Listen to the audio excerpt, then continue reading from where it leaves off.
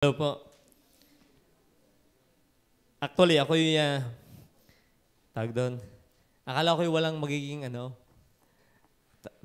program ngayong hapon. Akala ko yung mahaba ang program ng marriage kasi magtatagal yung mga yon. Kaya hindi ako nai-ingle. Pero sabi ko, parang mabilis yata ang program. Yun. Dumali na nga. Meron nga pala. So anyway po, meron naman po tayong lesson this afternoon. So tayo po tumayo muna. Basahin natin ang Revelation 1:1. Revelation chapter 1, verse 1. So Lord, atin hong basahin ang verse pong ito. Sa Tagalog po, ang mga babae at mga lalaki naman po sa wikang Ingles. All the ladies, pakisuyo po ng verse 1 sa Tagalog.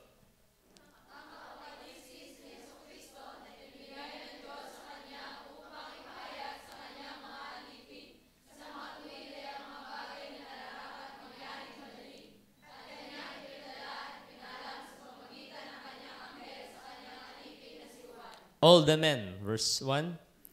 The revelation of Jesus Christ, which God gave unto him, to show unto his servants things which must shortly come to pass, and he sent and signified it by his angel unto his servant John. So tayo po yung manalangin muna. Panginoon, magandang hapon po. Purihin ka sa pagkakataon muli nagkasama-sama kami para mag-aaral ng iyong salita.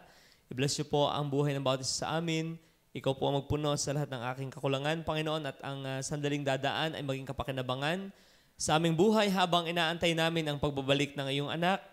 At dalayan po namin na kayo po ang mag-prepare sa amin. We do not know when, pero ang alam namin ay any moment it can happen. Kaya Lord, as you give us life, tulungan niyo po na saan man kami naroroon, na abutin kami ng pagbabalik ng iyong anak, kami po'y handa.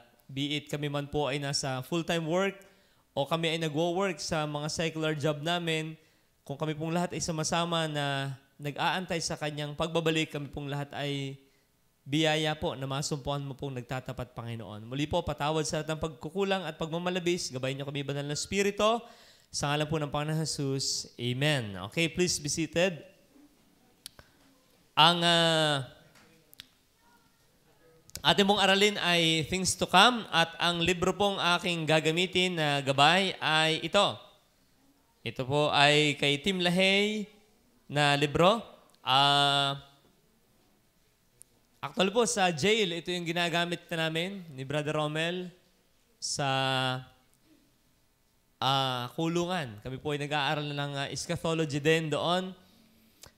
At maganda pong aralin kasi ang mga bagay sa hinaharap. Lalo ngayon, patapos ang taong 2023. So tayo ay nagtatanong, ano kaya ang mangyayari nga sa susunod na taon? We do know the date na 2024. Pero yung details ng mangyayari ay Deo volente, God willing, kung anong kanyang mga kalooban.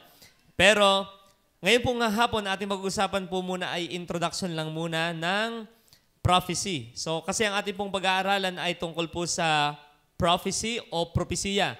Kasi usong-uso naman ho yung mga nanghuhula.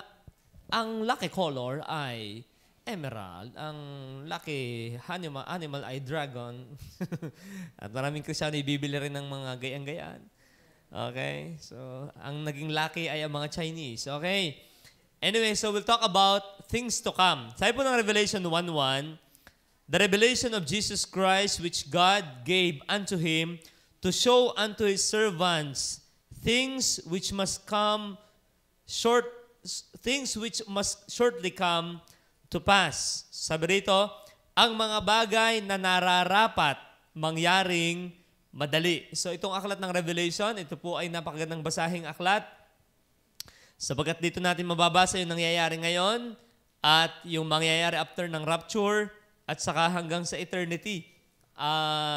Kaya nung ako po yung una nagbasa ng Bible, Apocalypse ang akin agad binasa. But anyway, we'll talk about the Bible prophecy. So ano po ang pakilagay nga ng ating ginawa, yung iyong ginawa dyan, kapatid? What is Bible prophecy? Yan. What is Bible prophecy? Okay? Una, atin munang kilalanin yung prophet na, sige, Isaiah 46. Ating tingnan po yung ating talata. Isaiah chapter 46. Isaiah chapter 46, verses 9 hanggang 11. So ating tingnan po ang propesiya ng Biblia. Nasabi po ng Bible sa verse 9, inyong alalahanin ang mga dating bagay ng una, sapagkat ako'y Diyos at walang iba liban sa akin. Ako'y Diyos at walang gaya ko. Bakit walang kagaya niya? Verse 10, na nagpapahayag ng wakas mula sa pasimula. Ito niyo yun. Ang galing. Nagpapahayag ng wakas mula ng pasimula. Ibig sabihin, binabanggit na kaya lahat talaga ay giyari na. Kung tutusin, ang lahat ng magaganap ay planado na. Yan ay, kung sa bulaklak ay nabukad na lang. So, sabi kasi ng Panginoon, na nagpapahayag ng wakas mula sa pasimula, declaring the end from the beginning, sabi ng King James Version, mula ng mga unang panahon ng mga bagay na hindi pa nangyayari, na nagsasabi, ang payo ko ay mananayo at gagawin ko ang aking buong kaligayahan.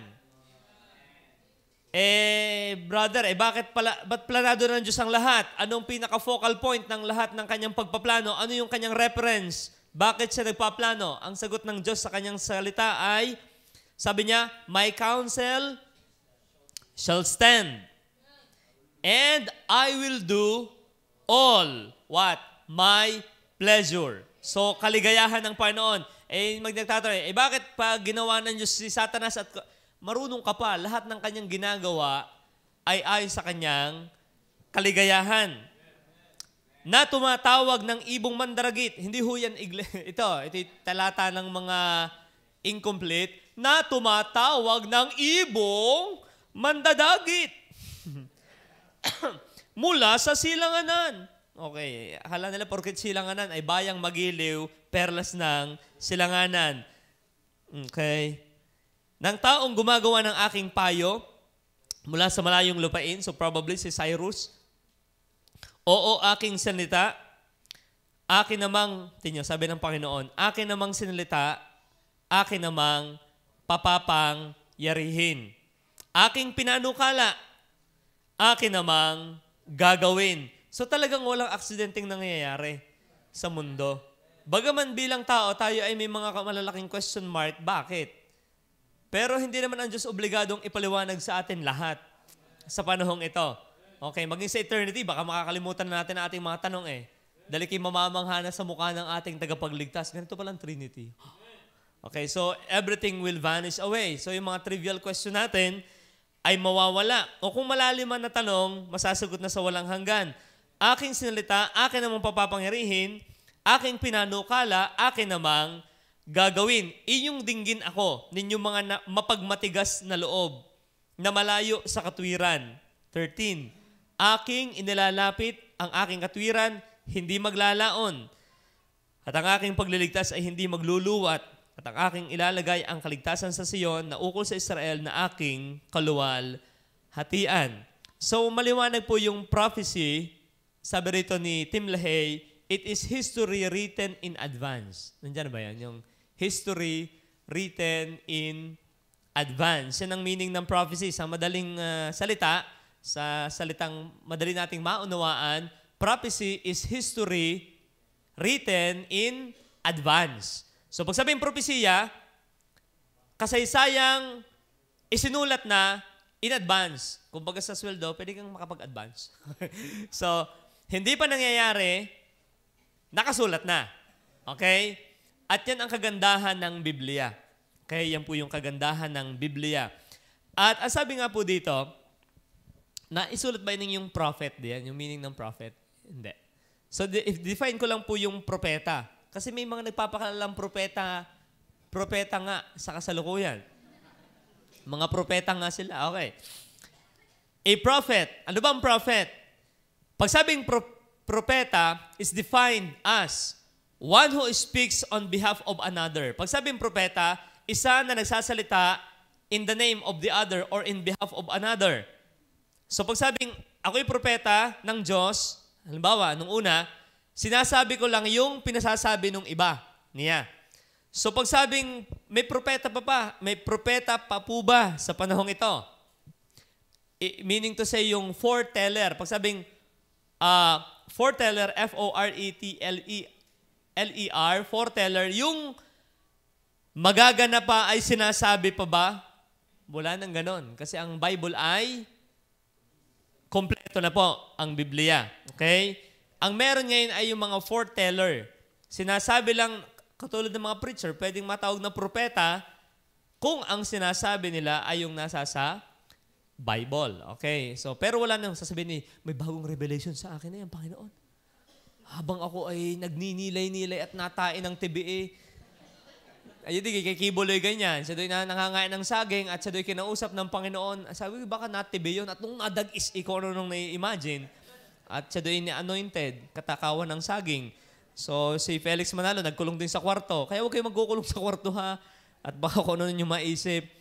At paglabas sabi, may bago ng relihiyon, ang Iglesia ni Cristo. Yan.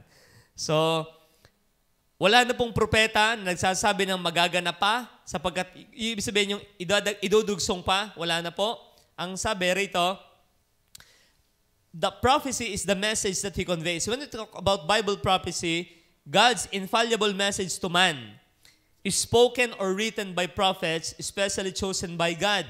Today, many people think prophecy deals only with predictions about the future. Yan po yung medyo maling pakahulugan natin sa prophecy. Minsan pagka-prophecy, akala lang natin ay it talks about prediction. Merong tinatawag na predictive prophecy. Itong aaralin nating things to come, ito yung mga predictive prophecy. Ito yung mga magaganap pa. Pero yung mga nasalita na ng mga propeta dati, bakit sila propeta din? Kasi yung kanilang sinalita ay pinasabi ng Diyos sa kanila. So merong distinction sa prophecy na tinatawag po nating yung predictive prophecy at yung in broad sense, prophecy includes any aspect of God's revelation to man as recorded in 66 books of the Bible. Ayun. So pag sabi pa lang propesya, in general sense, broad sense, lahat ng revelation ng Diyos sa tao na nakalagay sa 66 books, yan ay prophecy. Pero pag ang pag-uusapan natin yung mga bagay na magaganap, yan ay tatawag na predictive prophecy. Mga magaganap. At ang eschatology, yung sa Bible School po, yung study of last things, ito po mga patakpo doon sa mga bagay na magaganap pa. Okay. Ngayon, ano ba nakalagay dito? Sige, pakalagay nga ako nung nakalagay mo dyan. Okay. 2 Peter chapter 1:16. Ano po nakalagay sa Bible dyan? Yan, sige. Ating basahin po ang 2 Peter. Sige, basahin niyo po. Handa, basa.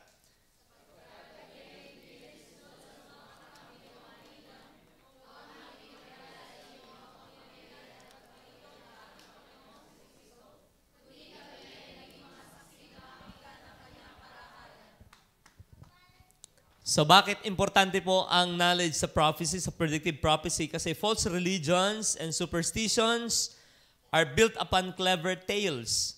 But Christianity is built upon nothing less than God's revelation of Himself to mankind as found in the Bible. Kaya very important po, matindi ang labanan banda-banda riyan tungkol po sa Biblia. Lalo ngayon, nire-rewrite na ng mga AI ang Bible, nire-rewrite ng China ang Biblia.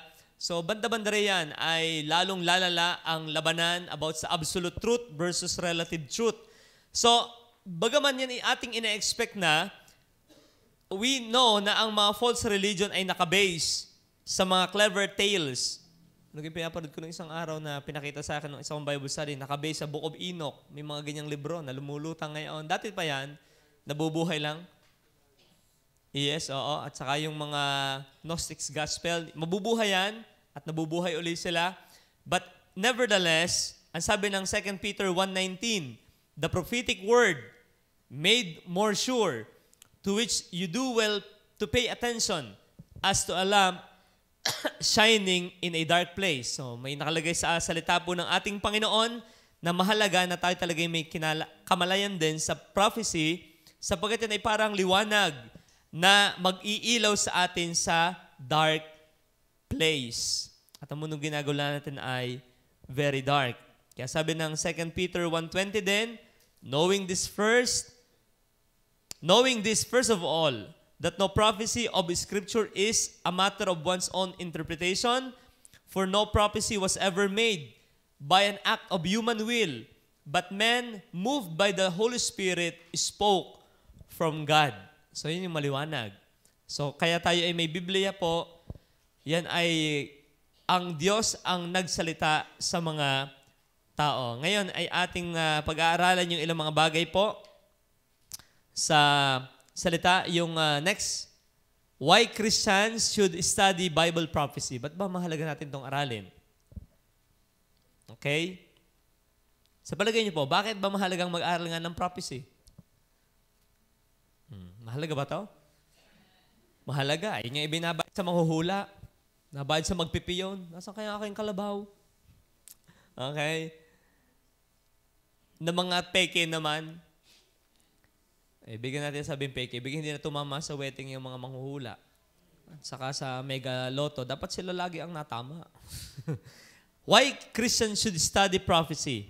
Nakalagay po sa preliminary dito, God must have wanted Christians to study Bible prophecy. Tingnan niyo po, gusto ng Diyos na tayo mag-aral ng propesiya sapagkat, ang sabi rito, He put so much of it in His divine revelation to mankind.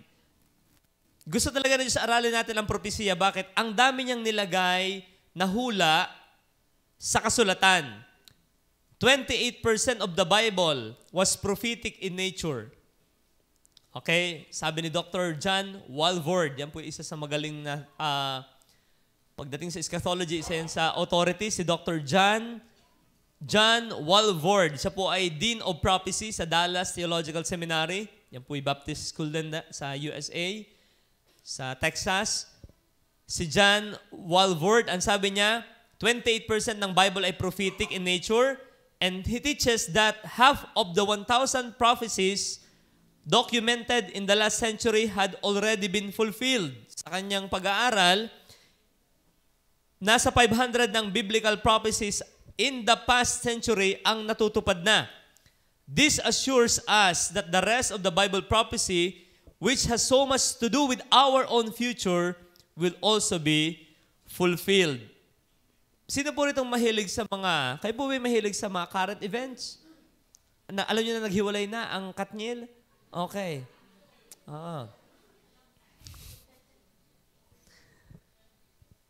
Ako po ay nagsusubaybay din sa mga current events. Mahilig ako dyan. Minsan makikita niyo ako doon. Ako ay nagko-comment na. Nakikita ko talaga, habang tayo nakatutok pala sa gera ng Israel, habang nakatutok tayo sa gera ng Israel at saka sa Hamas, nagkasundo na ang United Nations na may napirmahang mga Global Development Project, Agenda 2030. Meron silang mga naaprubahan na without our knowledge about sa digital, yung money, yung cashless society, kanila na pong ini-implement. Hindi pa naman ini-implement, pero napag-usapan na. Maging sa World Economic Forum, ang dami na, ang sabi nila ay sa election daw, ngayon daw ay puro predictive ang ginagawa nila. Sabi nung isang mayamang tao sa mundo, sabi niya, why not make it prescriptive ang sunod? So, therefore, there will be no election. Tayo na ang pipili ng tao. So ngayon daw ay predictive. Via poll, kaya mo nang i-assume sino magiging pangulo sa susunod na halalan. Ang kanilang gusto mangyari, hindi na predictive. Prescriptive. Ibig sabihin, kung sinong ating mapag-usapang i-appoint, yun na ang magiging pangulo ng bansa. So talagang nawawalan ng saysay ang mga tao. Tapos, ipinapasa po ngayon yung mga climate blah blah blah na ngayon, kung nabasa niyo po yung aking isinen, sa Manila Times ko ito nakuha, sinisisi dati po kaya nainit daw ang globo ay dahil sa baka. Nahinga ang baka. Nahinga ang mga baka. Kaya daw nabubutas ang ozone layer. Ngayon, alam niyo po, ang bagong pag-aaral, natuklasan kung sino talaga ang culprit. ang tao. Dahil ang tao doon ay nahinga. Talaga po, yun po yung nasa pag-aaral. At ako'y napapatawa, pero habang tayo tumatawa, ipinapasa na nila yan. Na ibig sabihin, wala na silang budhi na patayin ang tao, depopulation program, kasi ang tao ang dahilan kaya umiinit ang globo. Alam nyo na, ganyan yan. Yan yung mga nakahula sa Biblia. Okay? Anyway, ating panonoodin ng isang araw yan. Ipapakita ko sa inyo yung mga, itry ko na mahanap. Anyway, so meron pong 7 bagay why we need to study prophecy. Number 1, bakit ba ito'y mahalaga? Number 1, pakilagay po. Sige, basahin po natin sabay-sabay. Handa? Basa. Prophecy acquaints us with the most important subject of the ages, God's plan for man. Yan. Bakit importante ang mag-aral ng propesiya? Kasi pag nag-aaral ka ng propesiya, makikita mo na ang Biblia hindi parang hiwag-hiwag na bagay. Kaya minsan naboboring tayo magbasa ng Bible kasi nagbuklat ka sa James, nagbuklat ka sa Mark, napunta ka Ezekiel, Job. Yung kaya parang palaka, hindi mo alam kung saan ka pupunta. Pero pagka intindi natin na ang Bible ay parang kadenang magkakadugsong yan, may inaabangan ka sa kada basa mo ng Biblia.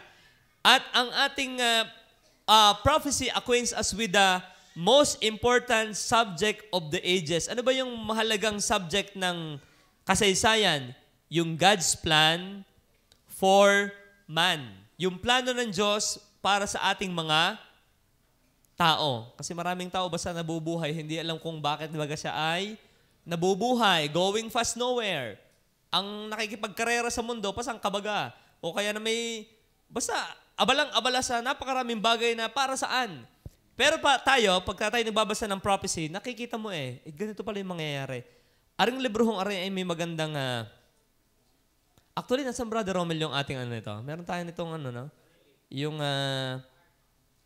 tarp, apo, that pala yung magamit natin sa susunod. O kaya ay sa na lang. I-check nyo nga dyan sa internet yung kay Tim LaHaye.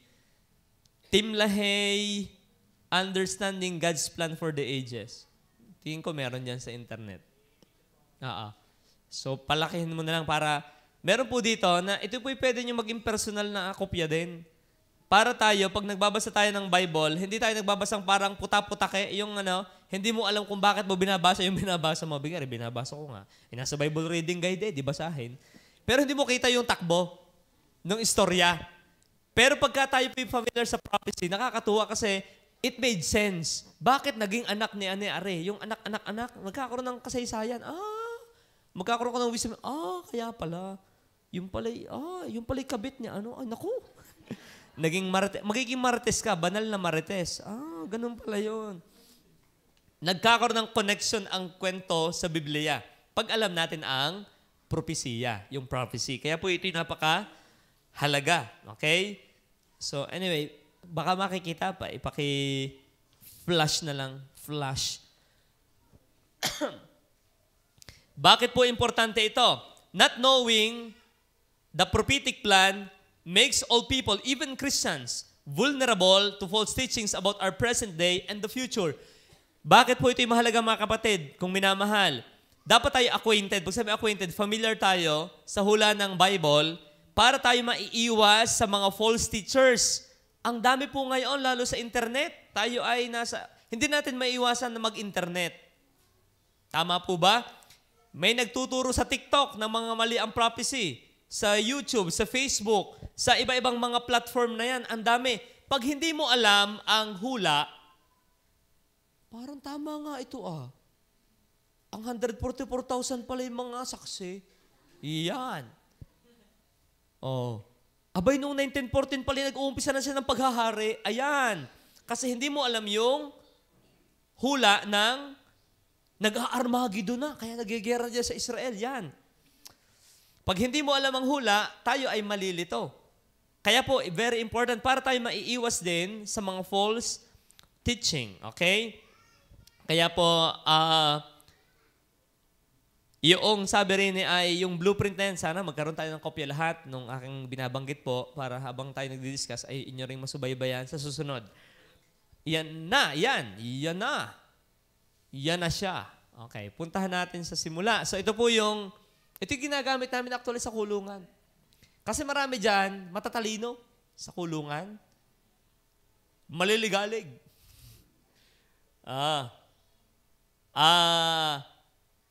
Kasi hindi ka pwede maging kriminal pag hindi ka matalino eh. Okay. Ganun yun. Mataas ang IQ ng mga yan. Kaya ginamitan natin ng paliwanag na bakit ang Biblia ay totoo. Siyempre, patuturo ka ng Bible, ang Bible ay salita ng Diyos. Ay, sabi mo. Siyempre, piluso po yung mga yan eh. Pero pag naipakikita mo na mula sa Biblia, nangyayari talaga yung mga hula, sila na mag-iisip, ay, oo nga, no? So, ito po yung ginagamit namin dyan sa loob at gagamitin na rin natin sa labas. Okay? So, ito po ay pagka inyo nakita po, yung iyan, yung past, yun, mula sa God's throne, pagbagsak ni Lucifer, yung age of innocence, number 2, punta natin. Number 1, atin lang yung mga bilog-bilog muna ha. Innocence, tapos na dyan. Conscience, yan ay lipas na din. Civil government, time ni Noah. Promise, time ni Abraham. Number 5, law and Israel, tapos na dyan. Nangyari na rin yun, yung kay Jesus Christ. Jesus Christ judged instead of believers. Naganap na po yan. Siya ay nag-resurrect na.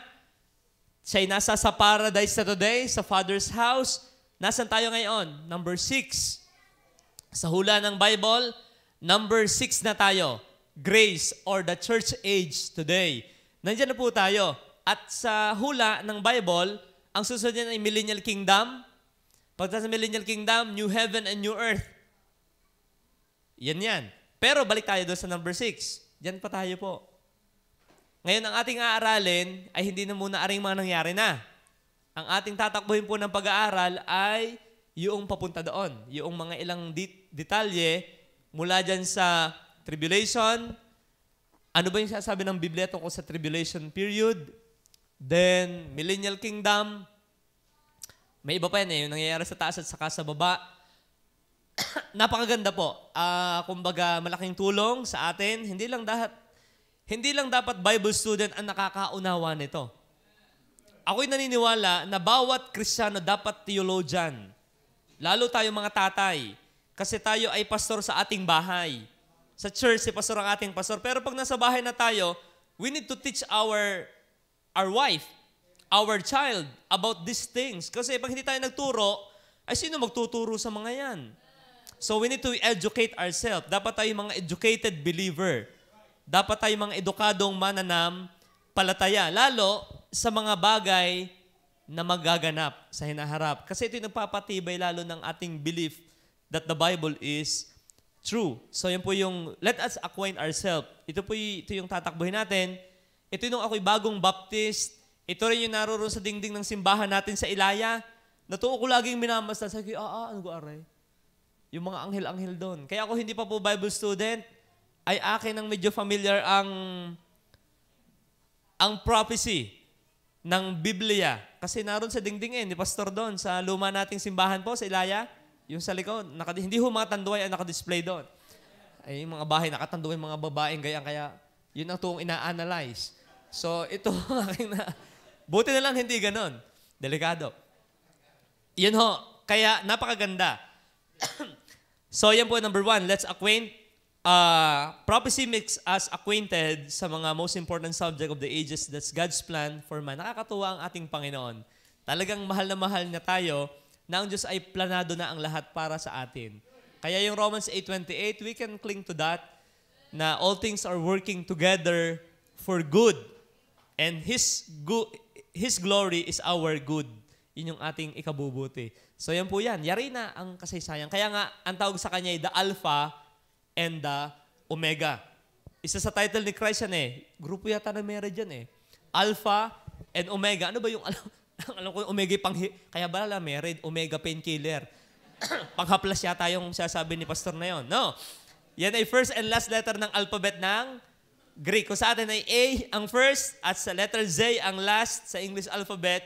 Sa Greek po ay A ay alpha and yung omega, yung po yung last letter. Ibig sabihin, from the beginning to ending, yari na ang hula. Yari na. Kaya si Kristo ang suma total ng lahat. Ibig sabihin, nakaangka sa kanya ang beginning and ending, yung sense ng lahat. Ba't ganun nangyayari ang lahat ng ito? What's the sense of everything? Ba't ganun nangyayari ang lahat ng nangyayari? Anong sense niyan? Yan pala ay may propesiyang tinatakbo ang Biblia.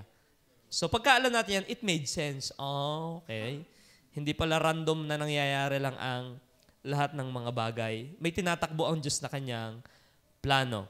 Number 2, bakit importante po ang pag-aaral ng Bible prophecy? Okay, basahin natin. Maya-maya natin pakita uli yan. Pwede ba yung i-share sa ating mga GC para makuha nila? Sige, thank you. Number 2 po, pakibasa po uli natin. Number 2, ready, read. Studying Bible prophecy convinces us that there really is a God. Yan. Napapansin ko, ito'y mahalagang usapin din. Sapagkat tayo bilang Baptist, we believe that God exists. Pero once ikaw lumabas na sa ating 4 na sulok ng building na ito, may makakausap ka talaga hindi naniwala sa Diyos. Pambihira, ako'y naka-encounter ng ganyan. Just sa Laurel. Sabi niya ay, you cannot convince me. Sabi niya sa akin, alam mo, Brother Henry, hindi kaya nagsasayang ka lang ng oras pag pinupuntahan mo ko dito because you cannot convince me that there is God. Ako kasi niniwala ka ako na hanggang ang tao ay buhay, may pag-asa pa. So, hindi ko pa po binabalikan. Okay? But anyway, pagka ikaw ay nag-aaral ng propesiya, lalo kang makukumbinsin na merong Diyos. Anong talata po natin dyan? Because only God can reveal the future. Ang Diyos lamang ang pwedeng mag-reveal ng future, and that is prophecy, history written in advance. Deuteronomy 18:22. Ano nakalagay po sa Bible? Sa Deuteronomy 18:22. Maganda itong verse na ito. Deuteronomy chapter 18, verse 22.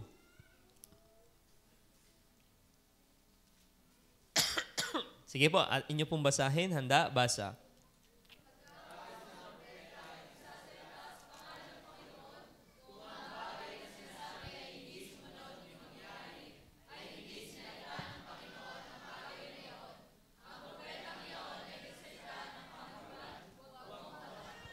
So, isa sa test of a prophet ay whether his prophecies came to pass or whether they accord with the rest of the Bible. So, pinakikita po diyan na ang Diyos lang ang pwede mag-predict ng future. No other book or person has ever predicted the future with perfect accuracy. The fact that God alone can do so is an affirmation that He is all that He claims to be. So, bakit mahalaga mag-aral ng prophecy? Kasi when you study Bible prophecy, makukonvince ka talaga na merong Diyos.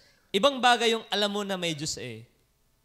Pero, dapat habang tayo tumatagal, nalalim tayo, bakit ka naniniwalang meron yan Diyos? Sabi, ako'y baptist, di ako'y naniniwala. Napaka-shallow ng ganyang belief. Pag nakatapat-tapat tayo ng atheist na magaling-galing magpaliwanag, baka tayo talaga'y mawindang eh. Kaya ang halaga na nagpapakalalim tayo. Bakit ako naniniwalang meron Diyos? Because only God can predict the future. At ang Bible ay bat-bat ng mga hula. Ano bang naihula na ng isang atheist? Wala. Wala kang hula. Kaya kung ihula sa'yo, pasira ang buhay mo pag hindi ka nakakilala sa Panginoon. Okay? You will spend the rest of your life very lonely. Isa sa pinakamalungkot na mukha na nakikita ko sa debate ay, huwag ko ng pangalanan, yung isa sa pinakamagaling ding debater ngayon ng mga atheist. Pero ang point, studying the Bible prophecy convinces us that there is really a God. Meron talagang Diyos. Okay, number 3. Pakibasa po ng lahat ng mga lalaki. Number 3. The literal fulfillment of the prophecy teaches us that prophecy should be interpreted literally. So, bakit mahalaga po ang mag-aaral ng propesiya? The literal fulfillment of prophecy teaches us that prophecy should be interpreted literally. Example ng prophesying literal na natupad. Saan ipapanganak ang Panginoon? Bethlehem. Literal ba yung lugar? Literal na lugar. Saan sa lalaki? Sa Nazareth. Literal ba yung lugar? Literal. saan sa tatakas mo ng bansa? For the meantime, bansang Egypt. Ibig sabihin, ang propesya ng Biblia, literal na nangyayari, hindi yan parang vague. Okay? Kaya ito yung nagko-compel sa atin that prophecy should be interpreted literally. Okay? So anyway, so saka natin pag-uusapan po yung mga literal. Kasi meron ngayong mga nag-spiritualize ng Bible, nag-allegorize ng Bible. Explain na natin sa susunod yung mga meaning ng spiritualizing and allegorizing. Saka na yan. Number 4. All the ladies, pasuyo po ng number 4.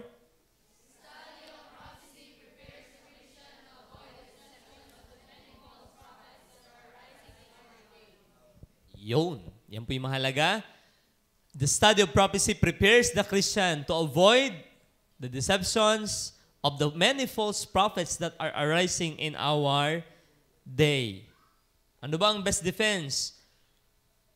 Ephesians 6:11, put on the whole armor of God so that you can take stand against the devil's schemes. Our Lord predicted that false Christs, ito yung maliit lang na false Christ, and false prophets will appear in the end time. Totoo bang pinalta na ang logo ng SpaceX ni Elon Musk? Totoo ba yun? Ano yung SpaceX? Yung nagpapalipad ng mga Starlink? Kung hindi yun nagkakamali, pinalta na ang logo ay parang kambing. Yung Baphomet. Hindi pa naman yung si Baphomet. Hindi yan. Yung mukha siyang kambing lang. Hindi ko alam kung baka chismis lang yun, pero hindi ko na-check pa. Pero ang puntos natin, sa nagmamalay diyan, aking inaabangan, sino kaya rin kako ang Antichrist? Anyway, saka na yan. Mapupuntahan natin yan yung sa technology po. Alam nyo ba, ang utak ngayon pwede ng i-connect sa computer? Inaaral na ngayon. Yung Neuralink ni Elon Musk, yung may-ari, yung isa sa pinakamayamang tao sa buong mundo, yung utak ay ko-connect sa computer. Meron ng ganyan. Okay.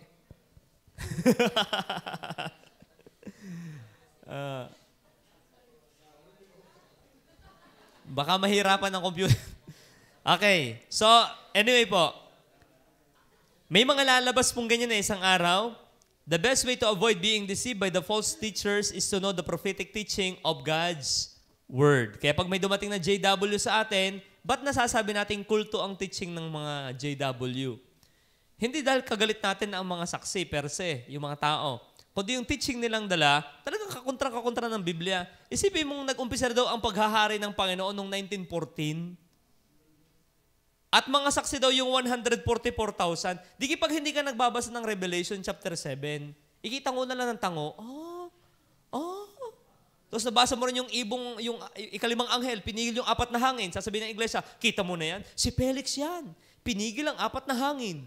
Ikaw namang wala alam sa Bible, tama. Yan. Tatamaan ka talaga. Kasi hindi mo naiintindihan ang takbo ng propesiya.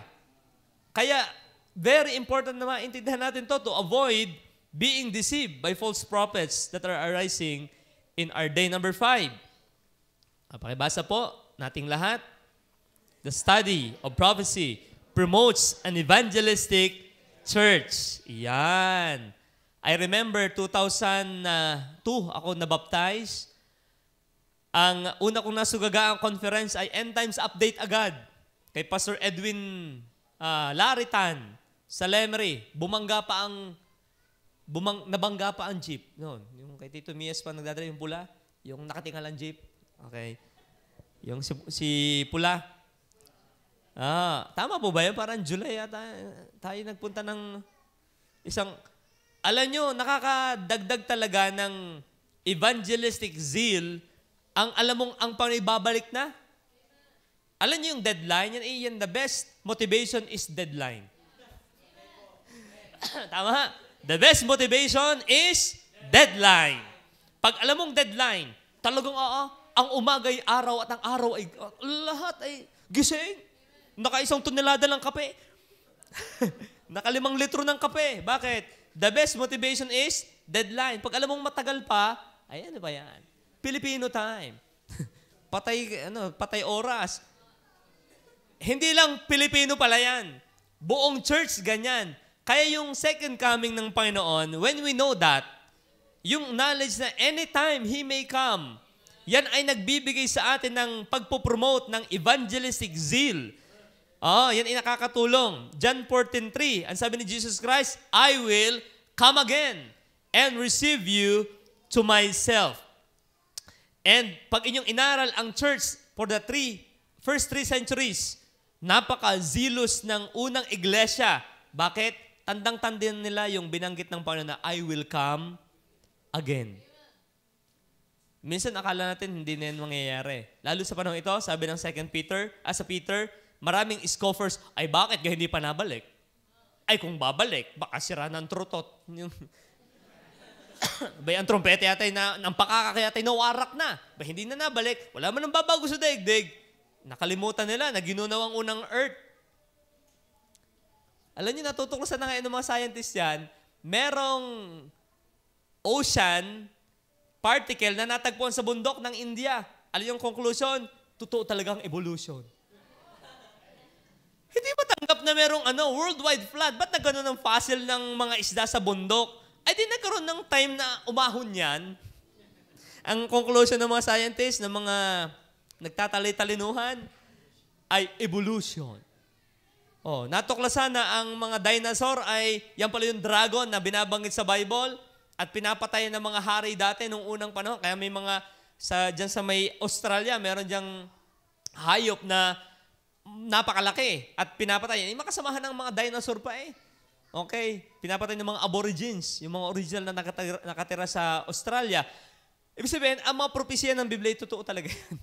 Those things are true. At lalo yan dapat mag-push sa atin na maging zealous sa pag-evangelize. Kaso nung 4th century, bumagal ang paganismo ay pumasok sa iglesia. Nawala na yan. Nabuhay lang uli yan nung Reformation. Tapos ng ating panahon ito, 19th century, medyo na bubuksan na uli ang kaisipan ng tao diyan. Kaya tinyo, noong 19th century, the greatest missionary and evangelistic emphasis of the modern church era was born. And during the past century, some of the most evangelistic and missionary-minded churches had been those that are taught prophecy, and that is true of our days as well. So, very important po ang prophecy sa evangelistic zeal. Number 6. Okay, second to the last. Number 6, pakibasa po, sabay-sabay. The study of prophecy tends to purify the believer. Totoo yan. It is no secret that we live in an unholy age. Tama? Tayo ay nasa unholy age. Hindi na yan biro. Unfortunately, too much of the unholiness is found even in the church. Yun laang. Malungkot na bagay, maging ang kamunduhan o ang pagiging walang kabanalan ay nasa loob na rin ng simbahan. Paano aayusin niya ng Panginoon? 1 John 3:3, ang sagot ng Biblia, everyone who has this hope fixed on Him. Ano bang hope ang tinatalakay sa 1 John 3 about the Lord's coming? Everyone who has this hope fixed on Him purifies himself just as He is pure. Yun. Kaya po, bakit mahalagang aralin ito? Tayo nabubuhay sa mundong makasalanan. Marumi. Pero yung alam mong ang Panginoon ibabalik, ang pangit namang madatngan tayo ng Panginoon. Halimbawa, tanong mo sa sarili mo, ari kang ginagawa ko kayang ari? Pag ako dadatngan ng Panginoon, ako matuwa kaya siya? Isipin mo na lang yan. Halimbawa, ikaw'y nag-i-scroll. Mark, may lumabas yung babaeng pagayang-gayaan. Pag kaya ako inabot ni Jesus Christ, tuwa kaya siya ito yung ginagawa ko pagbalik niya? Ikaw ay mapupurify. Pag dumating ang panahon kami magkapapagpanagan na rin, kaya ang Diyos kayo matuwa sa aking buhay, ikaw ay it purify our life. Kaya many believer, in a moment of temptation, ito yung maganda nating isipin pag tayo natutokso na, do I want to be doing this when Christ return? Do I want to be doing this when Christ return? Kaya tayo ay, yan ipangontra pagka tayo natutokso na. na ito kayang ginagawa ko, ito'y katuwaan ng Panginoon. Ito ba'y gusto kong gawin na ang Diyos ay dumating na ako'y ganito ang ginagawa? So tayo ay makokontrol na dun eh. Tama ba yon? Tama po, yun ay pang-control. And lastly, ayan, huli. Last na po ito. Kasi tayo maghahanda pa tayo ng Noche Buena. Okay? Okay. Last. Number 7. Nawala na ang Noche Buena eh. Okay, anyway. Number 7. Ready? Read. Prophecy offers confident hope in a hopeless age. Pag pinagmamasdan ko yung chart na yon, sabi ko kahit ganare ang mundo, talagang ito'y gaganda pa. Kahit parang may pagkabigo ang mga churches, hindi ito wakas. Why? Tingnan sabi rito, human being can absorb many pressure in life. Tama naman yon. But a lack of hope is not one of them. Lahat ay kayang batahin ng tao, pero yung mawalan ng pag-asa, yan na yung delikado. Yan ang napakadelikadong estado ng buhay, yung wala ka ng pag-asa. At nagpapakamatay ang tao. Pag alam niya ng hopeless na ang kanyang situation. Bakit magandang aralin ang prophecy? Kasi it gives us confident hope. Yan yung yung tatawag sa Titus na, ano yan? Blessed hope, mapalad na pag-asa. The world in which we live has no hope. Pero nakakatuwa, pagka inaral natin ang Biblia, okay, when we study the Word of God, merong hope na binibigay ang Diyos na the hope, things will turn out all right. Totoo yan. Lahat ay aayos din. Why? Kasi nakahula sa salita ng ating Panginoon. Kaya those who are familiar with Bible prophecy are the only one who can face what seems to be uncertain future with peaceful confidence. Kaya napakahalaga nito na aralin. Na miskin nagkakaribok na ang daigdig, kaya nga may kantang kahit magunaw man ang daigdig, lisanin man ang init, ang mundong ng lalamig, ikaw ay confident. Why? Because you know that God holds my tomorrow. He is already there. Di ba may kanta tayong ganyan? He is already in your tomorrow. Kaya po, sa ating pag-aaral po, Lord willing, kung loloobin ng Diyos na ito'y may itawid natin next year, ang mismong proper, ito po yung introduction lang, ay nawa, ay tulungan tayo ng Panginoon na maunawaan po natin ito, yung propesiya ng Biblia, so that we can have confidence na salamat ang Diyos ang may hawak ng lahat. Tayo po yung manalangin. Heavenly Father, thank you po sa pagpapaalala mo sa